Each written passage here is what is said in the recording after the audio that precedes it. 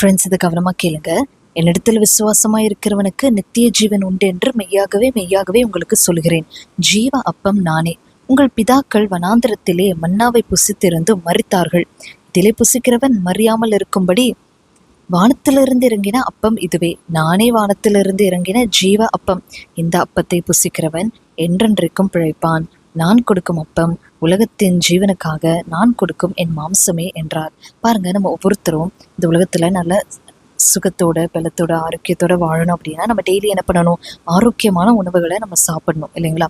அதே போல நம்ம ஒவ்வொருத்தருடைய சரீரத்துக்குள்ள ஆத்துமான்னு ஒன்று இருக்கு. அந்த ஆத்மாவுக்கும் உணவு தேவை. அந்த ஆத்மாவுக்கு உணவு கொடுக்கலன்னா அந்த ஆத்மா மரித்து போயிடும். ஓகேங்களா? ஸோ இந்த ஆத்மாவுக்கு எப்படிப்பட்ட உணவு தேவை? இயேசு கிறிஸ்து சொல்றாரு, ஜீவ அப்பம் நானே. ஸோ நம்மளுடைய ஆத்மா அது மறிக்காது. நம்மளுடைய ஆத்மா நிரந்தரமா வாழக்கூடியது. நம்ம ஒவ்வொரு மனுஷனும் மறித்த பின்பு நம்ம எல்லாரும் நம்மளுடைய சரீரம் தான் மண்ணோட மண்ணாக போகும். ஆனா நமக்குள்ள இருக்கிற ஆத்மா நித்தியமா வாழக்கூடியது. அப்ப அந்த ஆத்மா பாவத்து நிமித்தம் அது நரகத்துக்கு போகக்கூடாது என்பதற்காக இயேசு கிறிஸ்து என்ன பண்றாரு? அவருடைய ஜீவனையே, அவருடைய மாம்சத்தையே சிலுவையில பலியாக ஒப்பு கொடுத்தார். நம்மளுடைய பாவத்திற்காக இயேசப்பா சிலுவையில ரத்தம் சிந்தி மரித்தார். அவருடைய சரீரம் நமக்காக தண்டிக்கப்பட்டது. பாருங்க, நம்ம கைகளால செய்த பாவத்திற்காக, கால்களால செய்த பாவத்திற்காக, நம்மளுடைய சிந்தையில செய்த பாவத்திற்காக இயேசு கிறிஸ்துடைய தலையில முற்கிரீடம் சூடப்பட்டார். அவர் கைகள் ஆணிகளால் அறையப்பட்டார், கால்கள் ஆணியால் அறையப்பட்டார். ஸோ இப்படி ஏசப்பா அவருடைய ஜீவன், அவருடைய சரீரத்தையே நமக்கு பலியாக ஒப்பு கொடுத்தார். அதனாலதான் ஏசப்பா சொல்றாரு, ஜீவ அப்பம் நானே.